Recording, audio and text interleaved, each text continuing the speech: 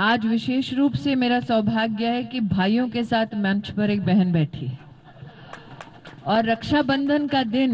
तृतीय हथकरघा दिवस के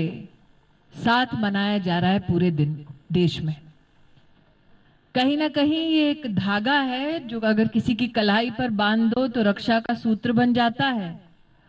और अगर बुनकर के हाथ में दे दो तो किसी के लिए वेशभूषा का एक अभिन्न अंग बन जाता है।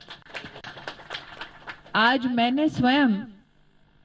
जो साड़ी पहनी है वो गोवा की कुनबी साड़ी है, और बहुत कम बुनकर बचे हैं जो इस कला को आगे ले जा रहे हैं। इसे पहनने से मात्र मैं उन बुनकरों भाइयों को और बहनों को नमन करती हूं जिन्होंने वर्षों से हमारी इस सभ्यता को, इस संस्कृति को, इन धागों को, इस प्रेम को, हमारे संस्कार को आज भी संजो कर रखा है। संघर्ष के कई मुकामों से जूझते हुए, गुजरते हुए, आज भी मुस्कुराते हुए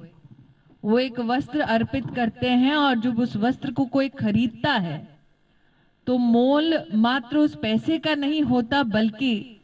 उस वस्त्र को जब कोई हर्षोल्लास के साथ और विशेष रूप से त्योहार के दिन पहनता है तो बुनकर का चेहरा खिल उठता है कि मैं आपके त्योहारों का अंश बना हूं, आपके घर में आई हुई लक्ष्मी का स्वागत करने का अंश बना हूं, आपके घर में समृद्धि हो, छोटों को आशीर्वाद मिले, बच्चों को बड़ों का स्नेह मिले। अभिलाषा मेरी यह है कि मैं इस समग्र समाज के इन छोटे छोटे पलों का एक हिस्सा बन जाता हूं।